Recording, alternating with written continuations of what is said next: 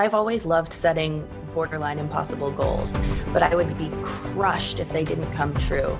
And the thing I've learned over the years is learning to appreciate how much I grow in the process of pursuing those goals. Look how much stronger I've gotten in the process.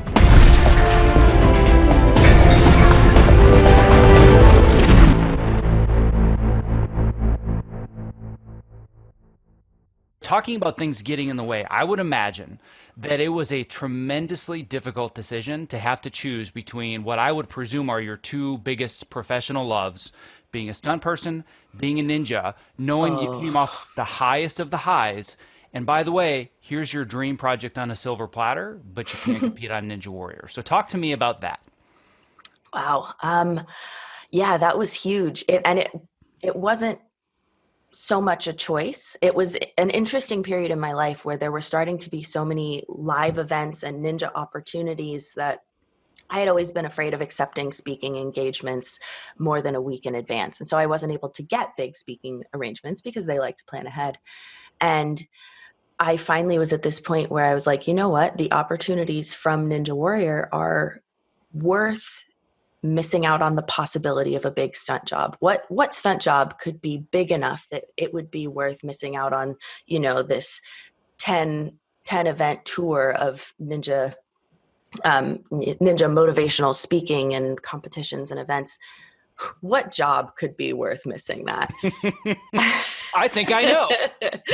And suddenly enter Wonder Woman 1984. And I was like, well, that's the one. That's the one worth missing it for. And so those events ended up being canceled. So luckily I was able to go do Wonder Woman. Um, and I think I had been under the impression all along that like there was a chance that like schedules would line up and it would be on a weekend. And um, but I knew when I accepted Wonder Woman that there was a chance I was going to miss Ninja Warrior. I was so lucky that I was able to go to qualifying and regionals because we started rehearsing in March. And so I'd been there for probably a month, I think, when uh, when I got permission to fly back from London just for like 3 days to compete in Miami for Ninja Warrior, and qualified for nationals and went back. And that wasn't going to be until June. And that happened to be, I think, our second week of shooting when we had some of my biggest stunts. And there was just no way to make it possible. And I was so lucky that they actually were willing to let me record a message to Ninja Warrior that they aired on the show saying like, I love you guys. I miss you. I'm sorry I can't be there, but I'm doing my dream job. I'm on Wonder Woman 1984. And I've gotten to compete on Ninja Warrior so many times. I'm so lucky in that area, and missing it for something like that is like, what better way to miss it? So one thing that I'm curious about, and you can correct me if I'm wrong, if either the information doesn't line up or I'm reading it improperly, but when I was digging through your IMDb profile, this isn't the first Wonder Woman credit that you have. Is that correct? That is correct. So talk to Yes. me about the difference between being on Wonder Woman years ago hmm and were you ever thinking at that time, oh, I'm going to be doing this again, but on a whole different level? Um, well, Wonder Woman was actually the Kickstarter to getting me into stunts in the first place. When I was in college, I saw a promo that said they were talking about making a Wonder Woman movie. I think it was 2005, maybe. And that I didn't know at the time, but that happened to be Patty Jenkins in discussions about a different Wonder Woman movie that didn't end up happening.